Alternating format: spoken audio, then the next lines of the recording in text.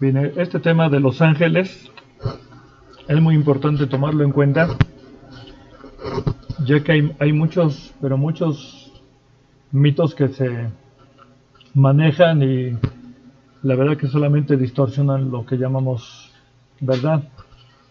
Por consiguiente, este tema de los ángeles lo vamos a considerar desde el punto de vista desde su significado y todo lo que hay en torno a este término de ángel.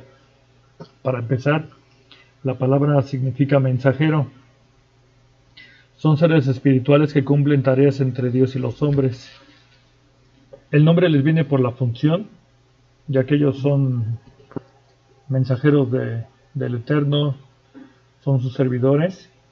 Y dice, y el nombre viene apareciendo en lo que se le llama el Antiguo Testamento o el Tanaj, 180 veces y 165 veces en lo que llamamos el Nuevo Testamento.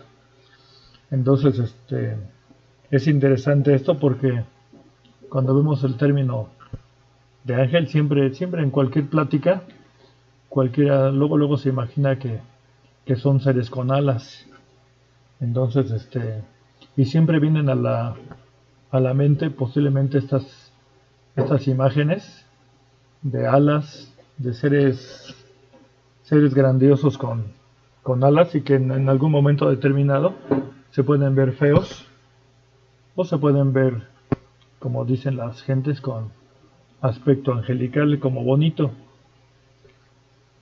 Es importante todo esto porque resulta que el escritor de Hebreos, ya ven que algunos dicen que pudo haber sido Apolos o pudo haber sido el apóstol Pablo quien escribió la carta a los Hebreos.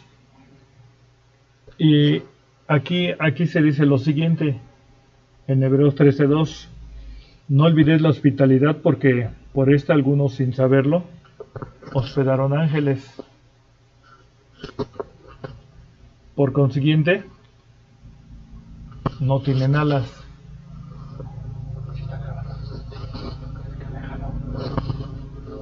No tienen alas.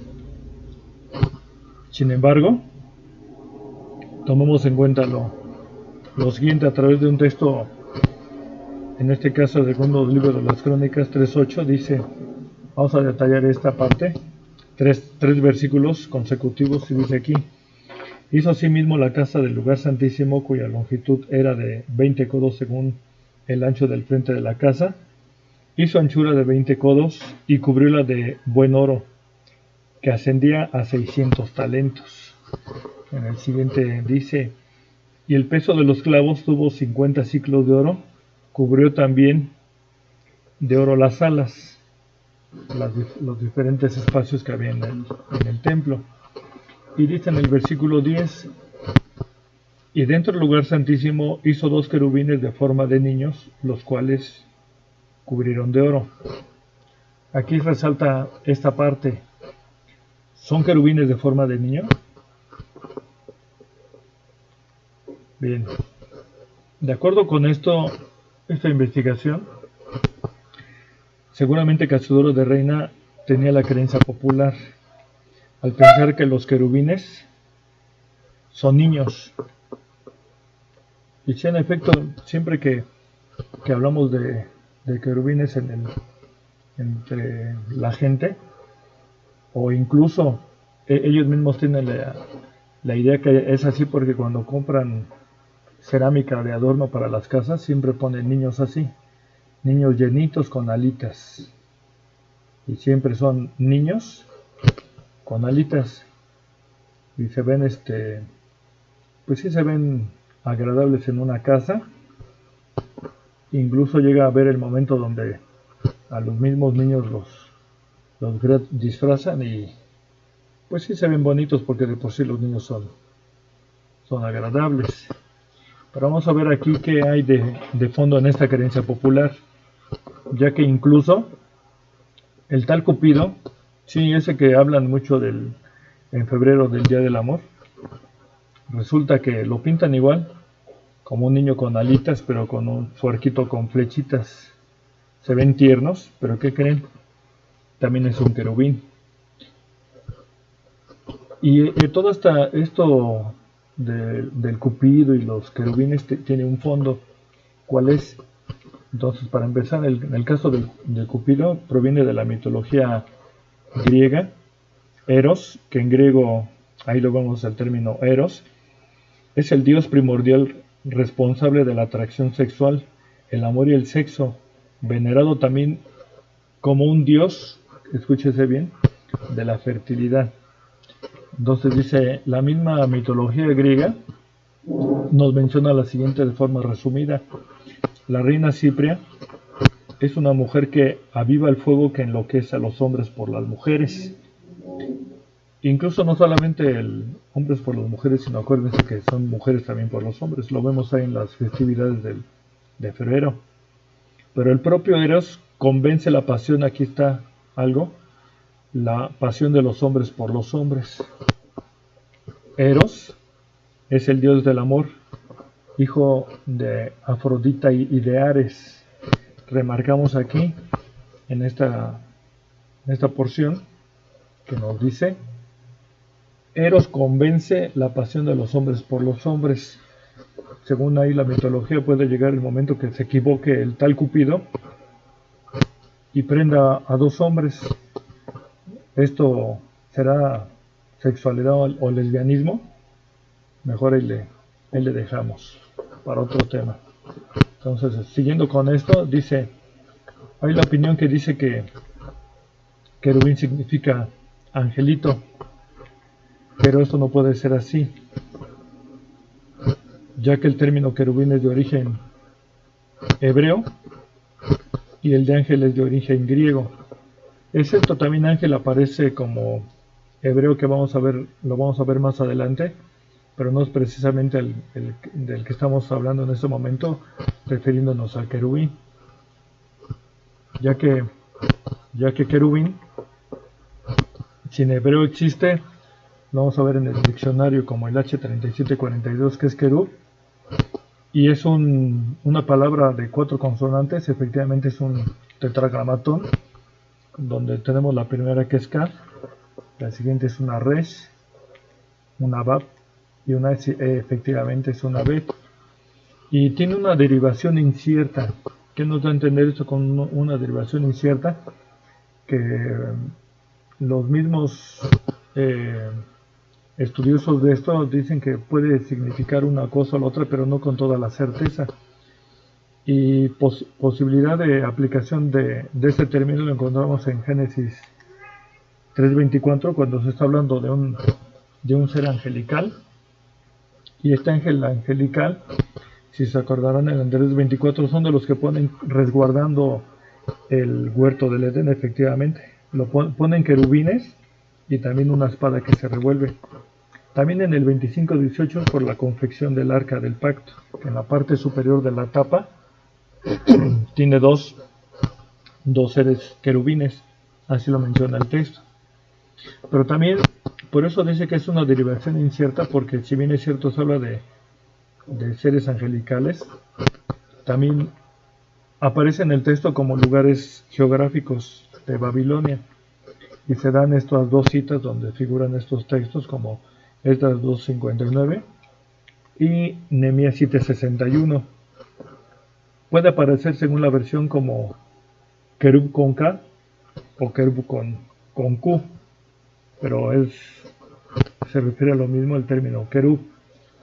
Entonces, retomando la creencia popular, dice, una creencia popular afirma que al morir un niño se convierte en querubín. No llega ni adolescente, sino se muere, según ellos, como en etapa de infancia, y en automático se convierte en un querubín. Por eso las figuritas de forma de niño. Entonces, dice, esto no tiene ningún sustento en las escrituras, porque incluso el mismo diablo, sí, escúchese bien, el mismo diablo, según en Ezequiel 28:14, es un querubín. Yo al menos nunca he visto que al diablo lo pinten como un niñito gordito, desnudo y con alitas. Nunca lo he visto. Entonces, que quede claro que aquí el texto dice, oh querubín cubridor. Muy bien, entonces, ya concretamente en lo que es, ¿qué es ángeles? Vamos a ver esas interrogantes y contestándolas una a una. Dice aquí, para empezar, son espíritus ministradores. ¿Qué se refiere con ministradores? Como aquellos que están gobernando un lugar y lo están llevando a cabo, sacando adelante esa empresa que se les dejó, y de esa manera es como la trabajan, la hacen productiva, o hacen que camine todo en armonía. Entonces eso es lo que hace un administrador. Entonces dice el texto concretamente, no son espíritus administradores enviados para el servicio a favor de los que serán herederos de salud. Entonces eso es lo que se dice los ángeles, que son ministradores. Pero ¿qué más son los ángeles? En Apocalipsis 19:10 dice así. Miren, vamos a verlo con calma, vamos a fraccionar este texto. La primera porción que sacamos dice, yo me postré ante sus pies para adorarle. Esto lo está hablando Juan el teólogo, acuérdense. Y él me dijo, mira, no lo hagas. El ángel está diciendo, mira, no lo hagas. ¿Por qué? Porque yo soy consiervo tuyo. ¿Qué es consiervo? Pues de acuerdo con el significado etimológico, nos vamos al griego, y dice que efectivamente viene de sundoulos, que significa coesclavo. Acuérdense que cuando una palabra lleva co, es que acompaña, es un esclavo compañero del mismo esclavo. Pero también significa servidor al mismo amo, lógico, pero también significa ministrando al mismo amo. Entonces el texto así lo dice, no lo hagas, que yo soy consiervo tuyo, dando a entender que es un esclavo igual, a final de cuentas, el ángel al nivel de Juan el teólogo. Y sigue diciendo el texto, y de tus hermanos que retienen el testimonio de Jesús. Adora a Dios, porque el testimonio de Jesús es el espíritu de la profecía. ¿Sí? Entonces estos ángeles, ya vemos que son humildes, son sencillos, son ministradores. Pero también una pregunta, ¿son poderosos? Aquí hay que recalcar esto y remarcarlo, ya que hay quienes aventuradamente dicen que es un poco más que el hombre, y se apoyan precisamente en lo que es el Salmo 8:5, que dice, pues le has hecho poco menor que los ángeles y coronaste lo de gloria y de lustre. Por consiguiente, aquí sí hay quien lo dice que el hombre es tantito, unos grados menos que los ángeles. Para empezar, ellos no se espantan de los virus. ¿Sí? Hay que resaltar esto. Y son seres especiales porque son criaturas pero muy superiores al ser. Vamos a deletrearlo con calma. Son inmortales. ¿Qué significa inmortales? Pues que no mueren, no se enferman, no pasa la edad por ellos, son eternos, exactamente. Dice, ¿a eso le vas a llamar un poco menor? Eso no puede ser considerado como un poco menor. Entonces, si crees que eres un poco menor que los ángeles, siento decirte que te equivocas. Y dice aquí, y dijo al ángel que destruía el pueblo, basta, ahora detén tu mano. Esto lo vamos a encontrar en el segundo libro de Samuel 24:16. El ángel está destruyendo al pueblo, lo está acabando, y lo está haciendo sin tener armas convencionales. No está usando ametralladoras, pistolas, ni por supuesto ni cuchillos, ni nada, sino solamente con su propio poder que Dios le da. Para darnos idea del poder que ellos tienen, en Éxodo 23:21 dice así, guárdate delante de él y oye su voz, no le seas rebelde, porque él no perdonará vuestra rebelión, porque mi nombre está en él. Para Dios son seres poderosos, y él les encarga cierta tarea, y de acuerdo con esa cierta tarea que él les encarga, pues ellos actúan. ¿Sí? Entonces para el pueblo de Israel, ese ángel lo iba protegiendo, lo iba cuidando en todo tiempo en el desierto. ¿Sí? Entonces, pero no vamos a dejar algo suelto, hay un cabo suelto, ya que nos preguntaríamos entonces, pero entonces ¿a quién se refiere el Salmo 8.5? Vamos a verlo en partes. Hebreos 2.7 dice el texto: Tú le hiciste un poco menor que los ángeles, coronástelo de gloria y de honra, y pusístele sobre las obras de tus manos.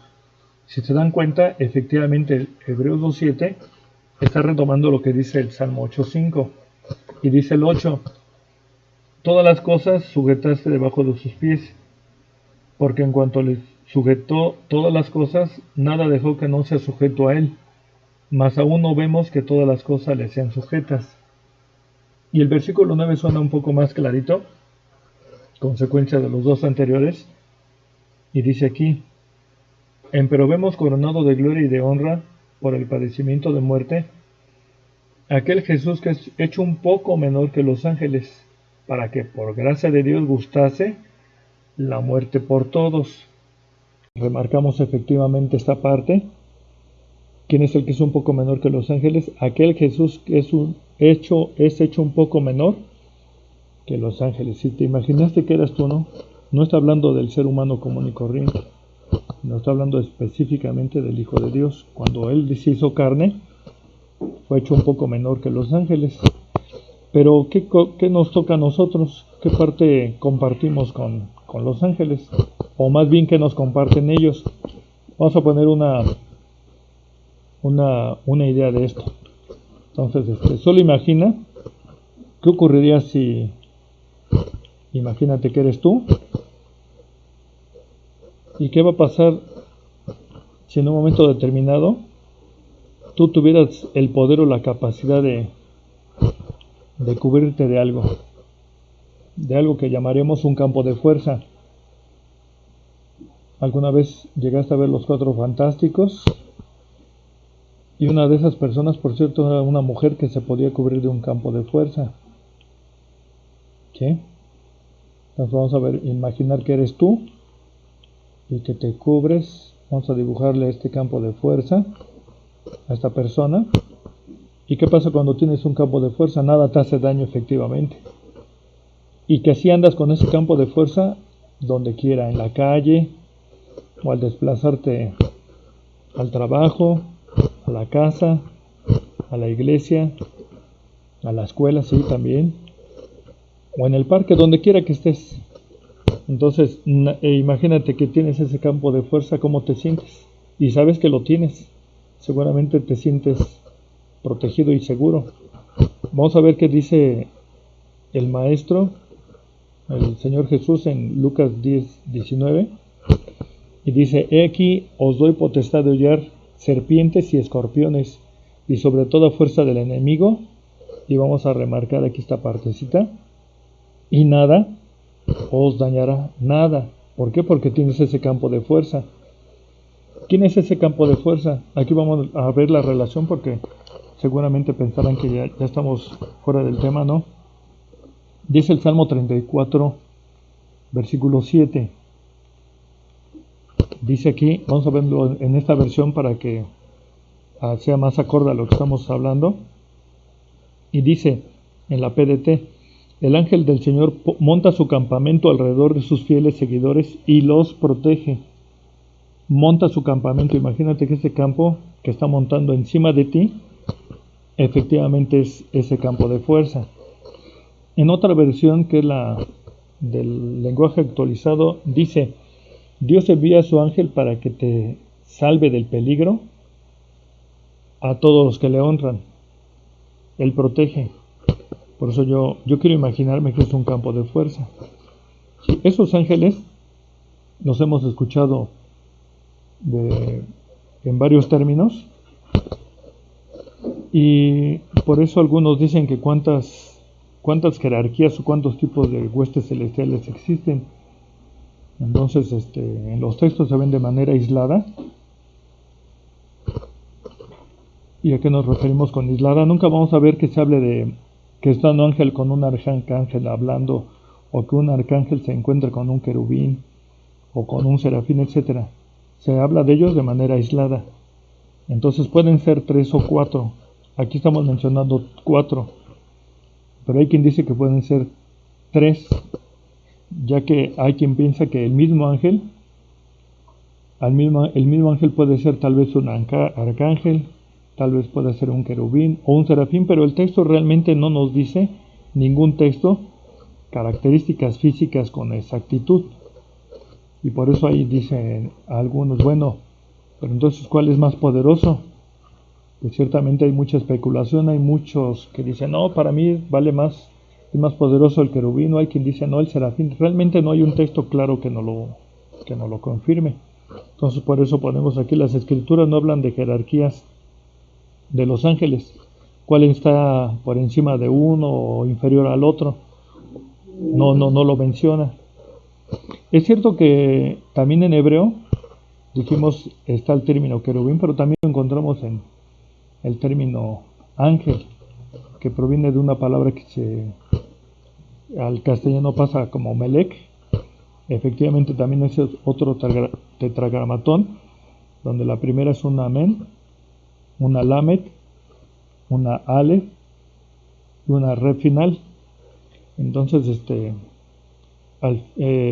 este término dice que significa efectivamente mensajero, también significa mensajero representativo, un ángel teofánico, pero también dice que todo eso son apariciones visibles, pueden ser por sueños o pueden ser forma física, porque así se han presentado los ángeles.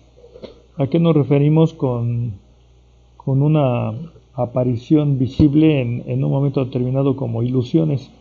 Pues efectivamente hay una imagen que nos narra la escritura en el libro del Génesis, y dice que hay una escalera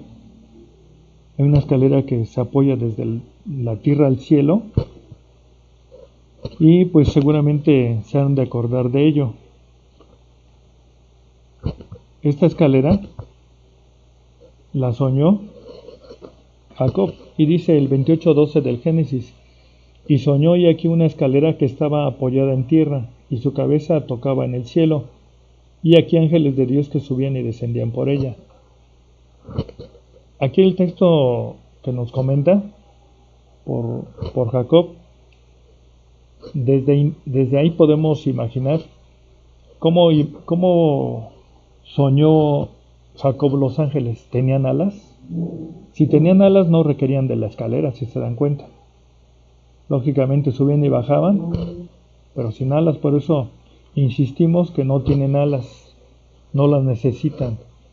Pero sí hay textos como en Isaías 6:2, donde se dice que no solamente están viendo un ser celestial como los serafines, con 2 alas, ni con 4, sino incluso lo menciona que son 6 alas, pero dice que es una visión, es decir, es algo no real. En los otros textos que ya mencionamos, uno de ellos en Éxodo 25:22, y en el primero de los Reyes 8:7, se muestra el arca con 2 querubines, porque así lo dice, en la tapa del arca. Y también en el templo Salomón mandó hacer dos grandes, dice, querubines que se tocaban la punta de las alas ambos. Pero son simplemente representaciones, ya que son espíritus.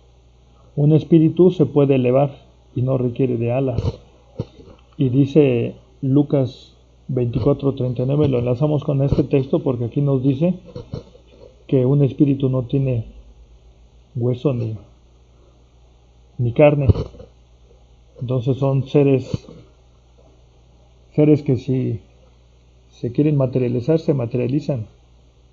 Y si no, ahí están, pero no requieren de alas, sino simplemente se desplazan por los aires, con ese efecto que le llamamos de teletransportación. ¿En qué nos basamos? Por ejemplo, el texto de Hechos 8, si no mal recuerdo, de aquella vez cuando a Felipe lo trasladan de un lado a otro, para hablarle al eunuco de Candace. Este espíritu se mueve de un lado a otro, pero sin requerir de alas o de algún medio en particular. Pero también hay veces que los ángeles se muestran en forma de varones. Sí, es cierto.